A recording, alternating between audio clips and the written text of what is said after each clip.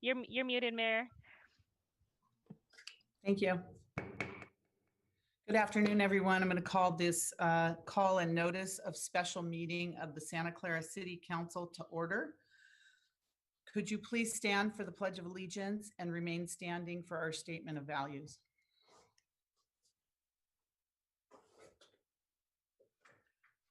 I pledge allegiance to the flag of the United States of America and to the republic for which it stands, one nation, under God, indivisible, with liberty and justice for all. Notice of statement of values. Councilmember. Yes, Mayor. Yes, I have them. As we gather, we humbly seek blessings upon this meeting. May we act with strength, courage, and will to perform our obligations and duties to our people with justice to all. Let us seek wisdom so that we may act in the best interest of our people, our neighbors, and our country. All this we ask so we may serve our community with fairness and respect, putting their needs before all. Thank you. Thank you. Please be seated.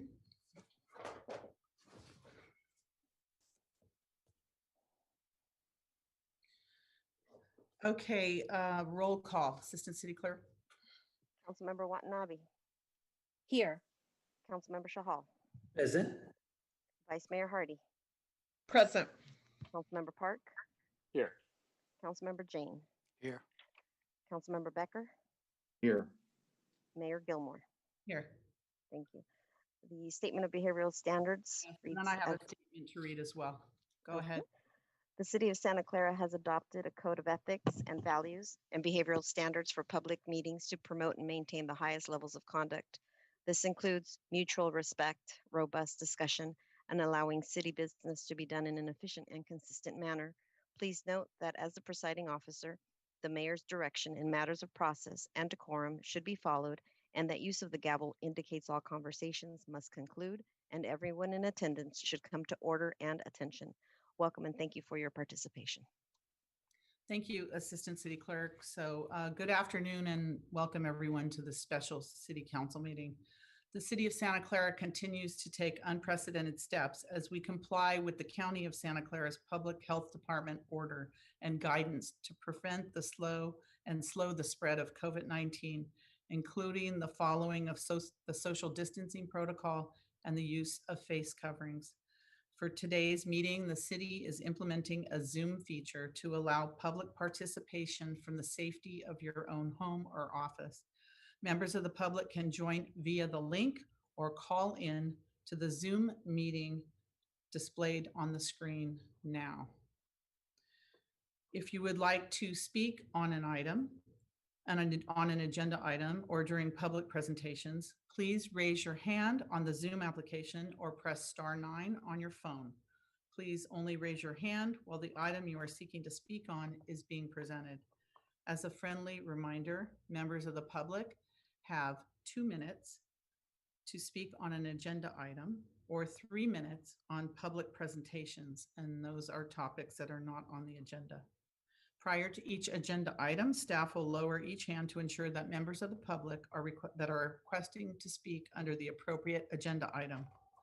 You may also want to submit your comments on the e-comment feature available on the Santa Clara Legistar page or via publiccomment@santaclara.gov, and the comments will be read into the record. In addition to social distancing, all of us in city government have been practicing frequent hand washings and environmental cleaning, as the public health community has frequently reminded us to do. I want to thank all Santa Clarans for all of your efforts in following the very serious steps that we were all taking as we shelter in place and only conduct essential activities that are critical for the health and safety of our community. So let's move on to the council agenda. Okay, the first item I have is public comment, and this is public comment on our one item on the agenda, which is a closed session item, which is the conference with legal counsel, City of Santa Clara versus Yamari Kaku et al., California 6th District Court of Appeal case number, long number H046105. And I believe there are a couple members of the public here. First, we have Bob O'Keefe. Mr. O'Keefe. You're muted, sir. There you go. Yes, hi, thank you, Mayor and Council. Here we are again, another special meeting, and I hope this one has some productive outcome. This appeal was filed in early 2018, and a lot of work's been done. In fact, all the work's been done. I hope all of you, council members, had, like I did, phoned into the oral arguments yesterday and actually listened to them and helped guide you in your decision. From a personal lay citizen point of view, I think it sounded very strong for the city. The city's arguments and also the questions from the judges. I believe the city's in a good position and should stay with it. Again, all the work has been done. There's been a lot of talk going around about possible contacts between council members and the plaintiffs in the case. I don't know. There's been quite a bit of admissions that yeah, there has been.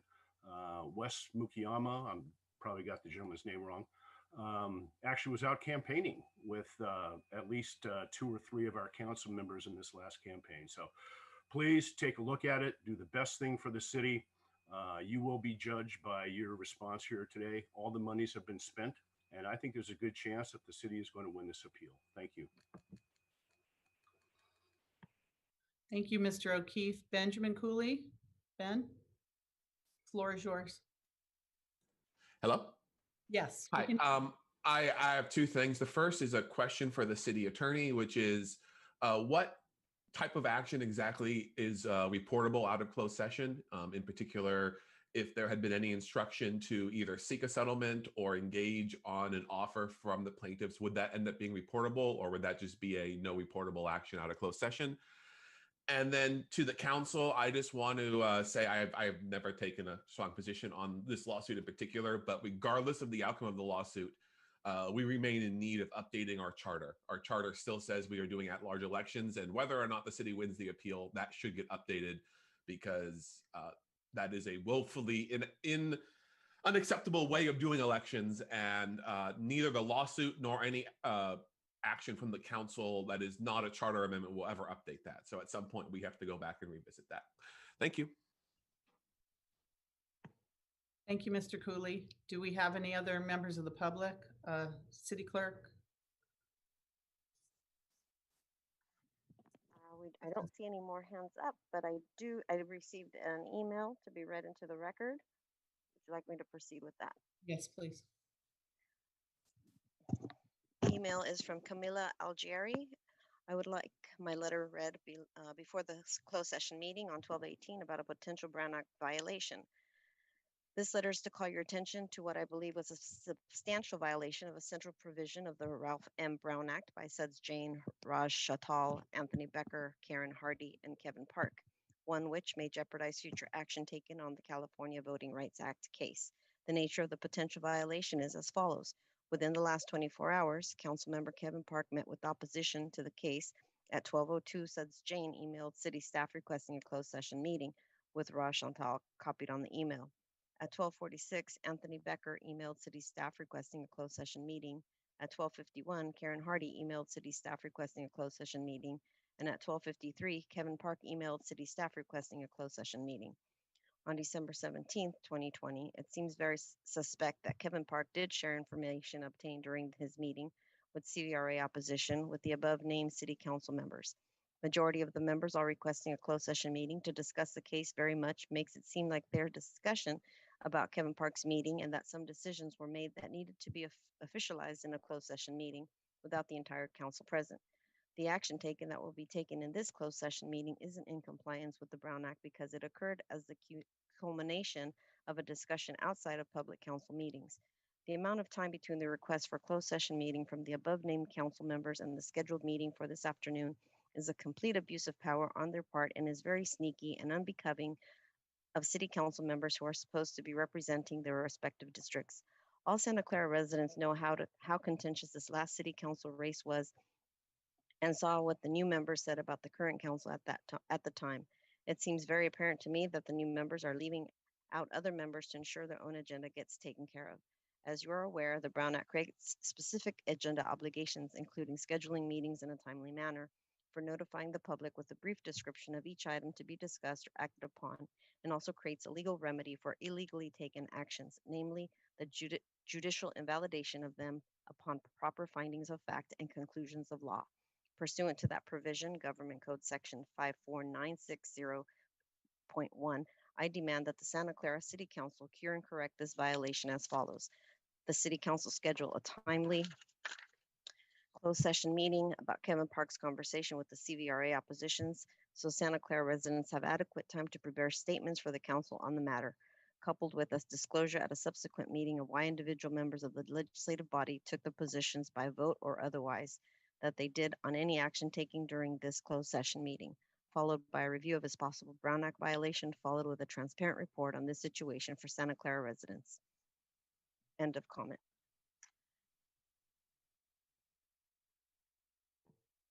Thank you, Assistant City Clerk. I'm going to ask the city attorney if he wanted to answer Mr. Cooley's question about the discussion after closed session or the notification to the public of any action taken. Thank you, Mayor. I don't anticipate anything in this closed session to be a reportable action. If council gives us direction in some regard, as long as it's not a final approval of something, then there's no reportable action. I think the question was what is a reportable action? So. Okay, I can read that. Hold on, let me see if I can read that. Just so the public. Okay, so this is 54957.1, subsection 3. So a reportable action, approval given to its legal counsel of a settlement of a pending litigation at any stage prior to or during a judicial or quasi-judicial proceeding shall be reported after the settlement is final as follows. If the legislative body accepts a settlement offer signed by the opposing party, the body shall report its acceptance and identify the substance of the agreement in open session at the public meeting during which the closed session is held. And or B, if final approval rests with some other party to the litigation or with the court, then as soon as the settlement becomes final and upon inquiry by any person, the local agency shall disclose the fact of that approval and identify the substance of the agreement. So basically that means if a settlement is, if some other party to a settlement has already signed the settlement agreement, and then the final act is gaining the approval in closed session, then there needs to be a report out at that same council meeting. Under B, if there's just simply a negotiation of a settlement and the settlement does not become final in closed session, then if a settlement does become, if and when the settlement does become final, then we need to disclose that, but not necessarily at any public meeting. It's just upon inquiry or something like that. Okay, thank you. Councilmember Becker. Thank you, Mayor. So I wanted to state and clear up some information, mainly because today there was a news story that was published, and I think it damages not only council members, but it also damages our city staff too. It was brought to my attention today that my name and other council members are being accused of Brown Act violations for our call for a closed session meeting today on December 18th. The accusations are coming from blogger Robert Ha. He posts very concerning information regarding that we have sent our emails. This is creating that perception of conspiracy and pre-planned motives. This is completely false. And the reason why is because City Manager Deanna Santana had called me at 12:40 to tell me that it was an emergency need to speak to me. She then told me that there was a pull for a closed session by Councilmember Jain. She told me that if it was my interest to join this meeting, I asked, well, if it is in the right time period, I can do it. She then asked me to send her an email to describe to her what I would like to do. I then sent that email at 12:46 p.m. And then she said that she would contact other council members to decide what we're going to do. His other accusation is against the city that is a concern that about posting the meeting notice that is in violation of not being 24-hour notice. And I think the city attorney and the city manager can vouch for that on this issue.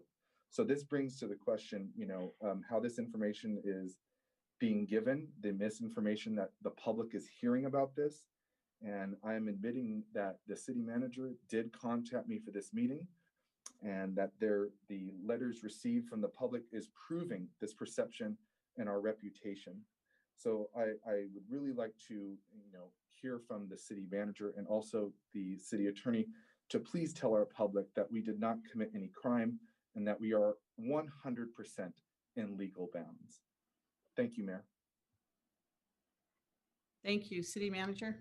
I just want to correct or add to the statements that Councilmember Becker stated, and I don't think he'll disagree, and he will recollect. I stated that when I was calling council members and advising whether there was interest, I also stated that the purpose of this call was not to influence or to cause for a closed session, and that if there was an interest of scheduling a closed session, that they needed to email me or Nora, and that if we did not receive affirmative, that there would be, if people showed no interest, we wouldn't schedule a closed session, and if there was interest, we would. And so I just wanted to add that on because I know that Councilmember Becker recalls that part of our conversation as well. Thank you, Deanna. Thank you. Councilmember Park? Oh, well, yes, I want to add to that as well. I was called by City Manager Deanna Santana about a request for a special meeting. I did not know about any particular request until she called me.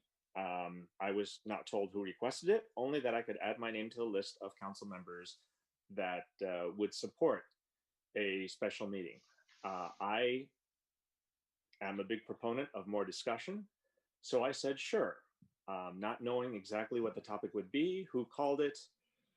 At the time, I said I would be happy to push for a special meeting for discussion. I'd like to also state that my discussion with Attorney Robert Rubin was limited entirely to his comment that there was information regarding the case that required a timely response. I had no details of that information, and I did not ask for any. This was after Councilmember Rod Shahal's request for discussion last week and my repeated request that night on Tuesday for exactly this information from city staff and the city attorney. I was told by the city attorney that there was nothing that required a timely response, at which point I received a call from Mr. Rubin stating otherwise. Again, it seems to me that we could have avoided any kind of external input if we had simply given the council members the information that was available at the time. I cannot tell you when the information was available, but there was adequate time to tell council members exactly what was what the city had received. And given council member Raj Shahal's request for this type of meeting, it seemed that it would be high priority for the city and the city attorney to give this information or make this information known to city council. Instead, what happens is in a public meeting where I asked several times if there were any kind of information that we should know, and being told no, that is when somebody from the public decided that it was in the city's best interest and in our best interest to tell us otherwise. And this person was fortunately somebody who had clout in the statements that he was making and did not in any way ask for a judgment one way or the other. It was not a lobbying call as much as it was an informational call stating that there was information there. I'd like to make that clear. I did not have any further discussions beyond that other than asking several times clearly, are you sure that the city had received this information? And they were absolutely sure that the city had been sent the information, had sent a receipt saying that they had received it, and therefore it was in the city's possession. And I find it very disappointing that it would take a call like Mr. Rubin's, which puts which puts a lot of our integrity in doubt. I really resent the fact that it requires a call like this to make information that should be known to city council members, in a timely manner. That yeah, that's all I have to say right now. Thank you. Thank you, City Manager, followed by Councilmember Jain. Sure. I wanted to add that I did not act independently to arbitrarily contact council members. I had received an email from Councilmember Jain that was to myself and to Brian Doyle, the city attorney, requesting that a closed session be scheduled. The following response was from city attorney to Councilmember Jain saying, could you please give me a call?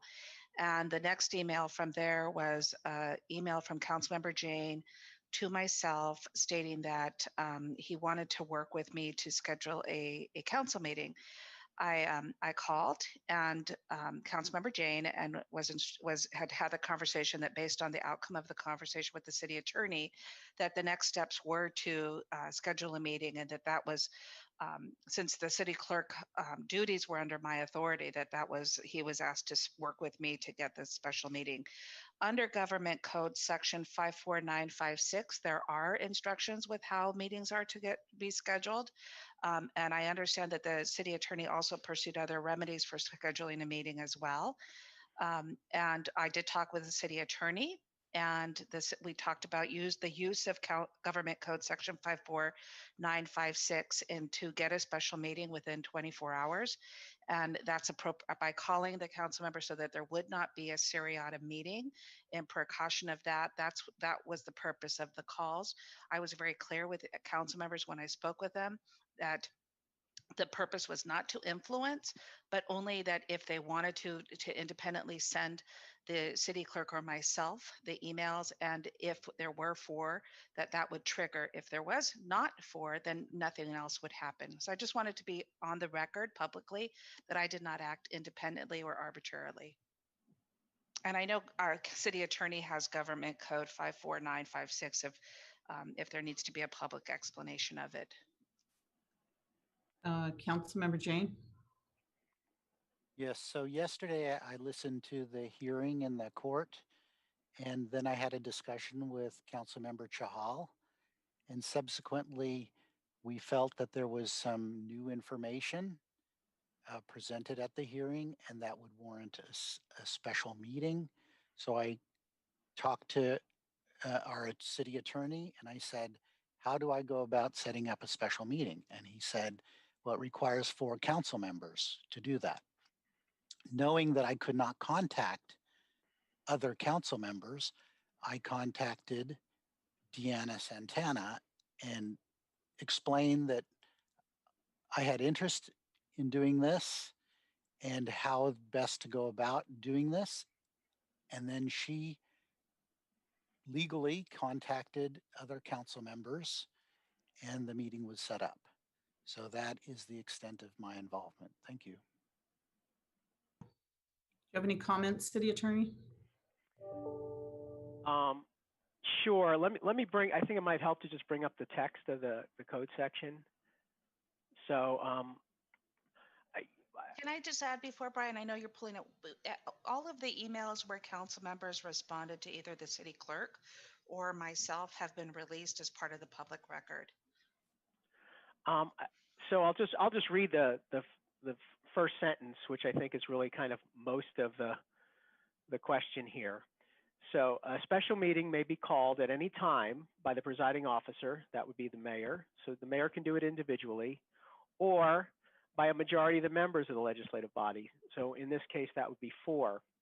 By delivering written notice to each member of the legislative body and to each local newspaper of general circulation and radio or television station requesting notice in writing, and posting a notice on the local agency's internet website if the local agency has one.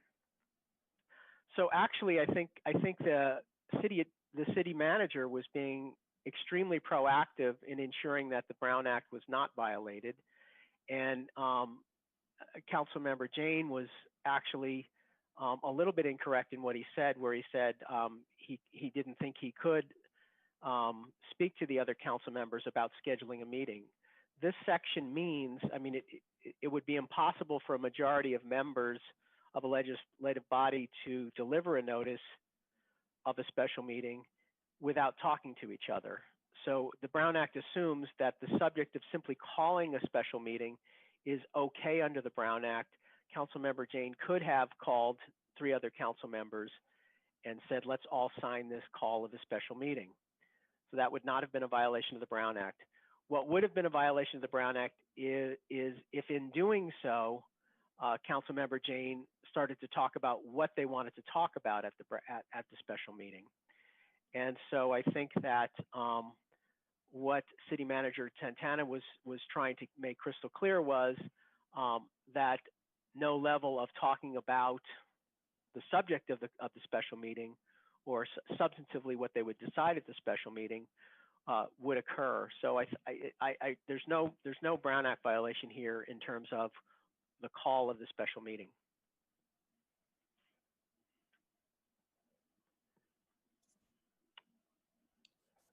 Okay, Councilmember Becker.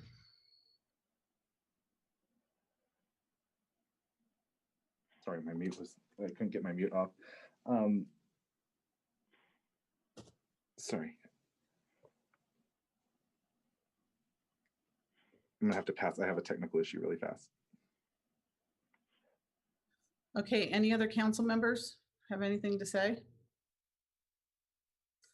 I just wanted to say a couple things. One is that, yes, we're going to go into closed session to talk about the city's court case. I was on the phone yesterday listening to the court proceedings, as I know many were, and they were public proceedings, so I'm not talking about anything I'm not allowed to talk about.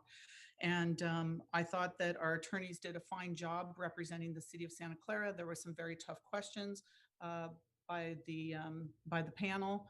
At least 2 out of the 3 members of the panel. There was some very tough and very good questions. And I think it was, I felt positive after, and I'm looking forward to a positive outcome on behalf of, a positive and fair outcome on behalf of the city of Santa Clara, because it doesn't in any way affect how we conduct elections in the future. I think this council, all of us agree, and we've all made public statements that we have, we agree that at-large is, a thing of the past, and we want to do whatever we can do. And our preponderance and a majority of our residents want districts in Santa Clara. And so we're going to look to the first part of the year so that we can have study sessions and really explore all our options about changing into districts and changing our charter before the next election. To talk about this meeting today, I think this is rarely used, but it has been used. I think the last time that this was used was back in 2011 when there was an emergency issue about our Northside Library. But other than that, I don't think this has ever been used about calling this meeting, because it was called, this is an emergency meeting with notice. I was notified yesterday that the meeting was going to actually take place within 2 hours of when I was notified yesterday that we were going to have a 3 or a 4 o'clock meeting. And I said, what? Why would we do that? Listen, we had the hearing within an hour. We have 4 members of the city council with a copy to a 5th member. We're setting up a meeting. All right. And based on everything that I have learned in this last week and that I have known from the past couple of months with the connection between our plaintiffs and our council members, and then throwing this on top of it, I think this meeting is highly inappropriate.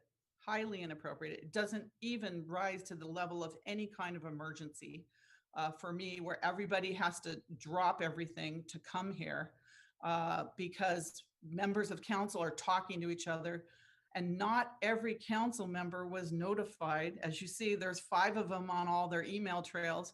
2 of us were, I wasn't notified of the actual meeting until I saw it as a member of the public, and I received notice. I just think it's wrong. It smells bad. It's not a good look for our community based on everything we see, and whether or not there's action or intended action, we don't have a decision yet. And so the fact that there's emergency called for this, leaves me very suspect. This is not transparent at all. And I just think it was used inappropriately to get us here today. So I wanted to make my comments for the record because I believe that this meeting is inappropriate and there's just not enough transparency involved here or the motives. I think that there's a lot of motives here, and it's not a coincidence that this is happening. And especially we've learned so much this week. So, all right, now here we go. Council members, before we go into closed session, I'll defer to my city council members to speak. Councilmember Becker, followed by Watanabe. Thank you, Mayor. So to also elaborate a little more to our public, because I hear this a lot of, why are we going into closed session? Why are we doing this? It's shady. You guys aren't doing things in public. Well, I just wanted to let everybody know closed session is closed session because it's litigation. We can't talk about it in public, nothing in public. And so I want our public to know, and also everybody else who's watching, that we are doing what's legally right. We are following the law, and we are doing closed session items in closed session, and we can't talk about it in public. And I feel that's, one, when we did have these closed session meetings, it was to educate myself and the new council members, because remember, when we were candidates, we weren't given privileged information. And you're only seeing the tip of the iceberg. When you become a council member, you need to understand what the whole case is about. So I wanted to be educated because we were going into this uneducated. We didn't have any other information besides what we heard in the media and what we heard from other aspects in the media too. So my concern is it's tarnishing, I think, our image. It's tarnishing our staff's image, and it's creating this thing that it's like that we're not transparent, when actually we are transparent. And to follow up, Mayor Gilmore, about when we were speaking about, council members talking to each other, I've heard in the past too that, in the prior administration, that there was other council members talking to each other too. So, we can't go and point fingers anymore. This is time that we start moving on, and we stop playing stop playing a chess game, because honestly, the people are getting a lot of misinformation. And I just want people to know that we're doing the right thing.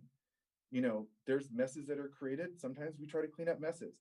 But the thing is that, I just want people to know that we are being transparent, that we are following the law, and whatever is in closed session is private information because it's litigation. We're not trying to hide it from the public. And I think that's why city attorney is allowed to say actions taken in closed session after a closed session meeting. So that's all I had to say, because I just wanted to clear that up, because I think it's really concerning that, people accuse us of these things when we're really just being educated and we're following the rules. Thank you, Mayor. Thank you. Councilmember Watanabe. Thank you, Mayor.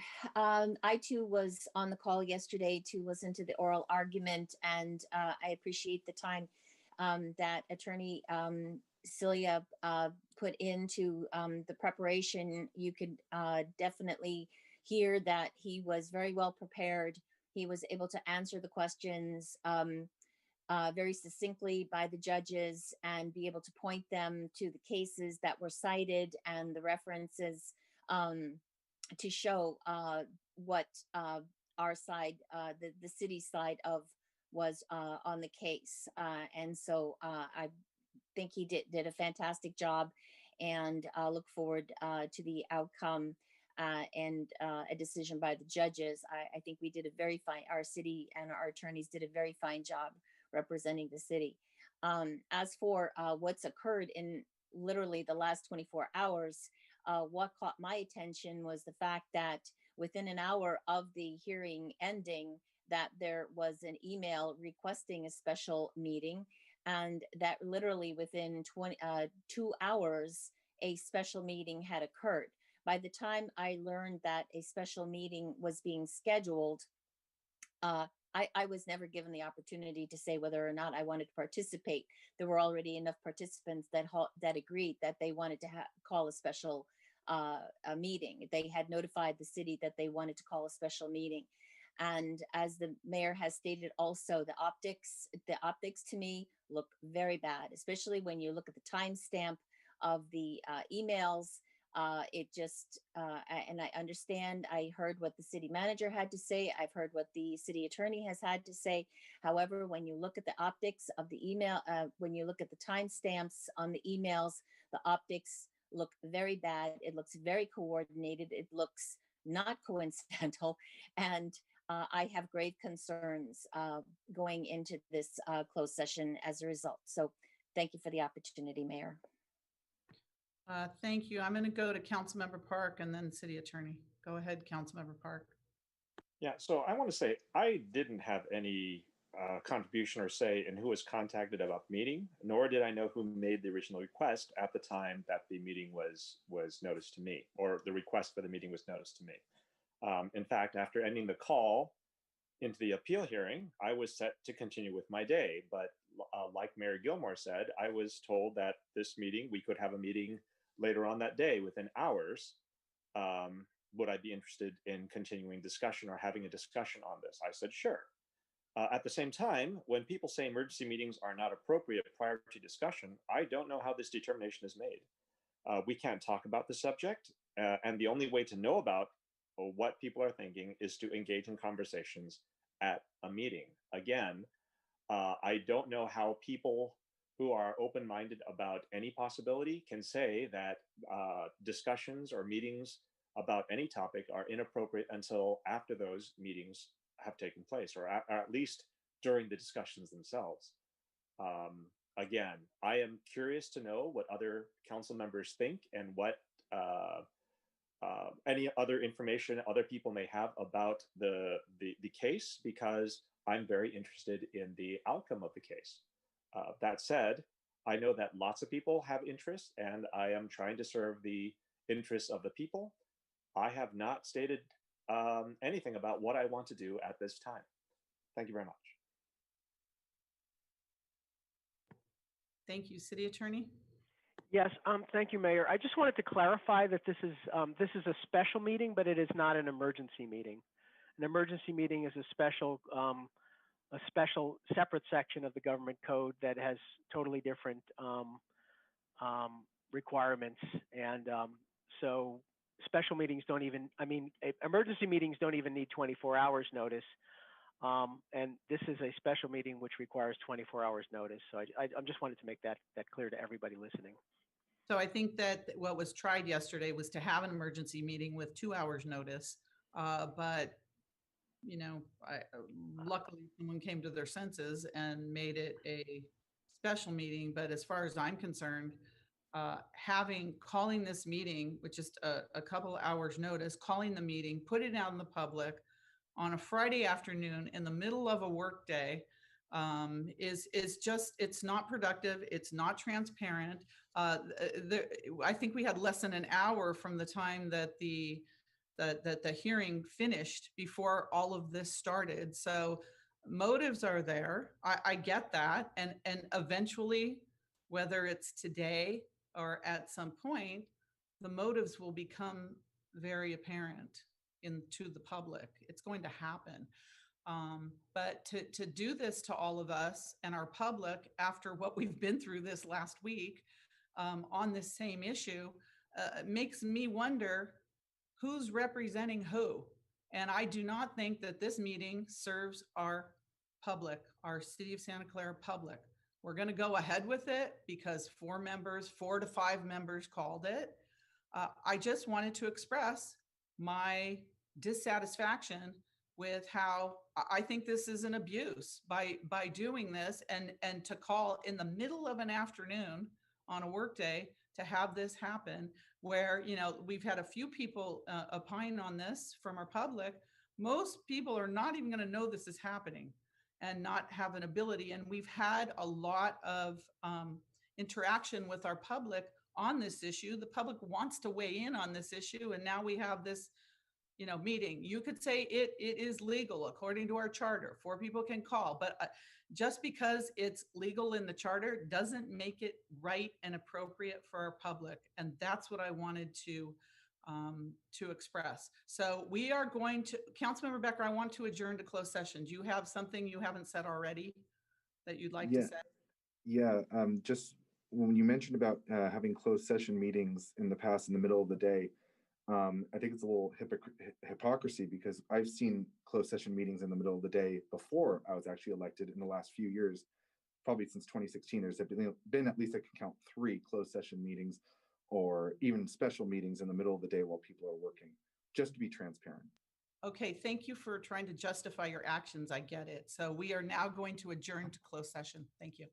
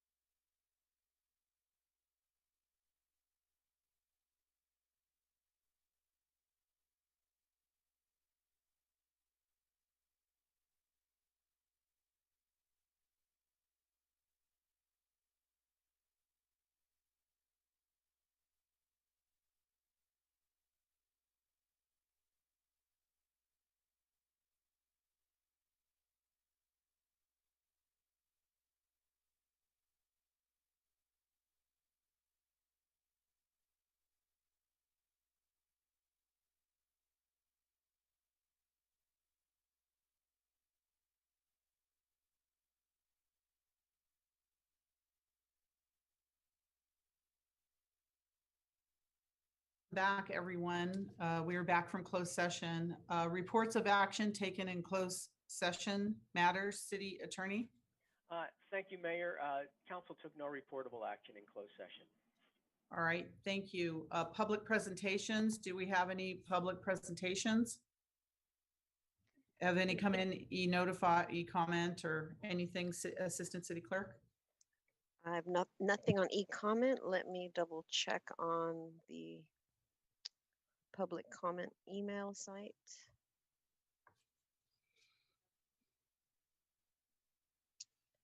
No, nothing.